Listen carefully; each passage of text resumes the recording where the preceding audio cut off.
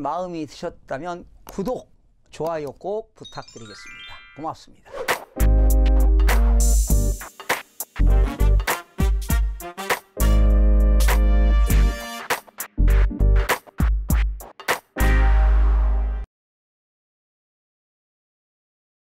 시청자 여러분 안녕하십니까? 반갑습니다. 김동수입니다. 이 시간에는 재건축, 재개발 공사비가 검증 의무화된다 이런 내용으로 여러분들에게 전해드리겠습니다. 그런데요, 먼저 여러분들에게 이 내용을 전해드리기 전에 재건축과 재개발에 대해서 좀 설명을 드리겠습니다. 재개발과 재건축은 도시 및 주거환경정비법에서 나오는 내용입니다. 이 도시 및 주거환경정비법이라는 것은요, 도시기능의 회복이 필요하거나 주거환경이 불량한 지역을 계획적으로 정비하고 노후 불량 건축물 등을 효율적으로 개량하기 위하여 필요한 사항을 규정함으로써 도시 환경을 개선하고 그리고 주거 생활의 질을 높이는 데 이바지함을 목적으로 제정된 법이 도시 및 주거환경 정비법이 되겠습니다. 그런데 이 법에서 사용하는 정비사업이라는 용어가 나옵니다. 정비사업. 여러분들 많이 들어보셨을 겁니다. 정비사업이라는 것은 이 도시 및 주거환경 정비법에서 정한 절차에 따라 도시 기능을 회복하기 위하여 정비구역에서 정비 기반 시설을 정비하거나 주택 등 건축물을 개량 또는 건설하는 사업을 우리는 정비사업이다 이런 말을 씁니다. 그런데 이 정비사업에는 크게 세 가지로 구분이 되는데요. 주거환경 개선사업, 그리고 여러분 알다시피 재개발사업과 재건축사업, 이렇게 세 가지가 있는데요. 그러면 주거환경 개선사업이라는 건 뭐냐? 도시 저소득 주민이 집단적으로 거주하는 지역에서 정비 기반 시설이 극히 열악하고 그리고 오래된 노후 그리고 불량 건축물 등이 과도하게 밀집한 지역의 주거 환경을 개선하거나 단독주택 및 다세대 주택의 밀집한 지역에서 정비 기반 시설과 공동 이용 시설 확충을 통하여 주거 환경을 보존하고 정비하고 개량하기 위한 사업을 우리는 주거환경 개선사업이다 이런 말을 씁니다. 그러면 재개발 사업은 뭐냐? 재개발 사업이라고 하는 것은 한마디로 달동네를 개발한다 이렇게 생각하시면 이해가 빠를 겁니다. 달동네입니다. 재개발 사업은 정비 기반 시설이 열악하고 노후 불량 건축물들이 밀접한 지역에서 주거 환경을 개선하거나 상업지역과 공업지역 등에서 도시기능의 회복 및 상권 활성화 등을 위하여 도시 환경을 개선하기 위한 사업을 우리는 재개발 사업이다 이렇게 생각하면 되겠습니다. 달동네를 개발한다 이렇게 생각하시면 되겠고요. 재건축 사업은 오래된 아파트를 철거하고 다시 이 건축하는 것을 재건축 사업인데, 바로 재건축 사업은 정비 기반 시설은 아주 양호하는데요. 단지 그 아파트가 노후 불량 건축물 등에 해당하는 공동주택이 밀집한 지역에서 주거 환경을 개선하기 위한 사업이 바로 재건축 사업이 되겠습니다. 그러면 여러분들의 더욱더 이해를 돕기 위해서 좀 어렵지만 도시 및 주거환경 정비법에 의해서 이러한 재개발, 재건축하는 진행 단계를 좀 소개하도록 하겠습니다. 재건축, 재개발 진행 단계는 1단계에서 10단계로 나누어지는데요. 간단하게 소개하겠습니다. 1단계는 기본 계획을 수립하는 겁니다. 바로 기본 계획을 수립하는데도 보통 1, 2년 이상이 걸리고요. 2단계는 재건축할 때는 재건축에 대한 안전진단이 필수입니다. 보통 안전진단도 6개월 이상 시간이 걸리죠. 3단계는 정비계획을 수립하고 지정하는 것도 1, 2년 이상이 걸립니다.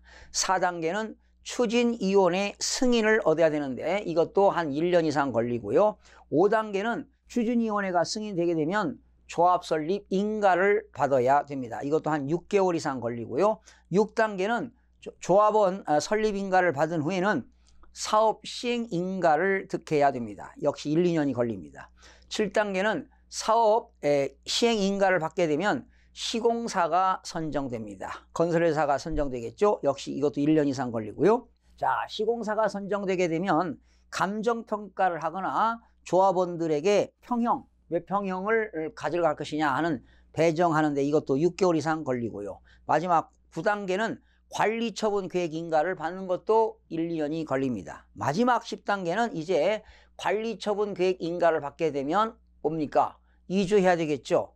이주하고 또 철거한 다음에 이제 착공을 하게 되겠죠. 착공하면서 분양하는데도 역시 오랜 시간이 걸립니다. 이제 분양이 끝나면 이제 또 이제 착공해서 일정 기간 지나면 공사를 해서 준공이 되겠죠. 이렇게 준공이 되게 되면 이전 고시하고 이제 재개발 재건축이 이제 청산이 되는 겁니다. 이렇게 해서 1단계 기본계획 수립부터 10단계 이주해서 철거하고 착공하고 분양하고 그리고 준공까지 주로 마지막 기본계획 수립에서 준공까지가 10년 정도 걸린다고 보시면 되겠습니다. 그러니까 달동 내에서 재개발이 된다. 오래된 아파트를 안전진단을 받아가지고 이제 결과적으로 준공까지 재건축도 10년 이상 걸린다고 보시면 되겠습니다. 그러니까 그런 과정이 참 복잡하지요. 그런데 이번에 도시및주거환경정비법이 개정이 돼가지고요. 이런 재건축을 하고 재개발하는데 공사비가 검증되는 게 의무화된다는 겁니다. 그러니 앞으로 건설회사들이 그런 공사비를 하는 것도 많은 공사비를 책정하기가 좀 힘들겠죠. 투명해진다는 겁니다. 자, 한국감정원은 정비사업의 공사비 검증을 의무화하는 도시및주거환경정비법이 개정안이 지난 5일 국회를 통과함에 따라서 전담 부서를 설치하고 본격적으로 공사비 검증 업무에 착수한다고 밝혔습니다. 공사비 검증은 재건축, 재개발 사업의 공사비와 관련된 고질적인 분쟁과 비리를 근절하기 위해 도입된 제도로서 지금까지는 시공자가 선정 후에 시공자가 이제 선정되게 되면 조합 건설사가 공사비를 증액하려는 경우 조합원은 전문성 부족으로 공사비 증액의 적정성 확인이 곤란했지만 앞으로는 조합원 5분의 1 이상이 검증을 요청하는 경우는 조합원입니다. 조합원들이 5분의 1 이상이 검증을 요청하는 경우 또는 조합 건설사가 일정 비율 이상 공사비를 증액하려는 경우에는 한국감정원 등 정비사업 지원 지구의 검증을 받도록 되어 있습니다. 그러면 공사비 검증 대상은 뭐냐? 토지 등 소유자 또는 조합원이 5분의 1 이상이 검증을 요청하는 경우에 검증하도록 되어 있는데요. 그러면 공사비 증액 비율이 일정 비율 이상인 경우에는 반드시 검증을 요청할 수가 있는데요. 사업 시행인가 이전, 시행인가 이전 시공자를 선정한 경우 10% 이상입니다. 그리고 사업 시행인가 이후에 시공자를 선정한 경우 5% 이상인 경우 공사비 증액 비율이요. 공사비 검증이 완료된 이후 추가 증액하는 경우 3% 이상 증액 비율이 3% 이상일 때는 검증을 조합원들이 요청할 수가 있습니다. 한국감정원은요, 지난 50년간 감정평가의 노하우를 보유하고 건물 신축 단가표를 발간해온 전문기관으로서 올해 초에는 이미 시행 중인 정비사업 계약 업무 처리 기준에 의한 공사비 검증 의무 규정에 따라 공사비 증액 문제로 갈등을 겪던 부산의 한 재개발 사업장에 대한 공사비를 검증하여 적정하게 조정되도록 한 바 있습니다. 공사비 검증 제도의 조기 정착을 위한 홍보를 강화하고 한국감정원이 운영 중인 열린 정비사업 상담센터를 통해 공사비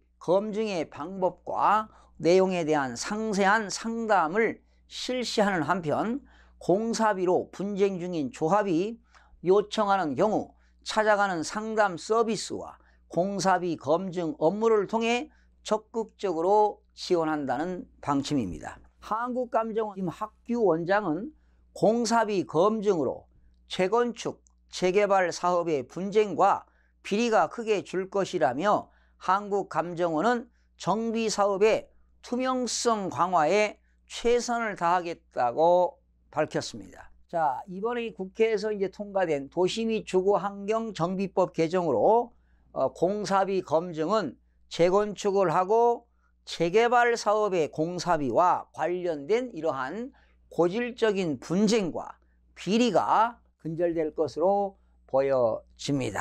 내일 아침에 찾아뵙겠습니다.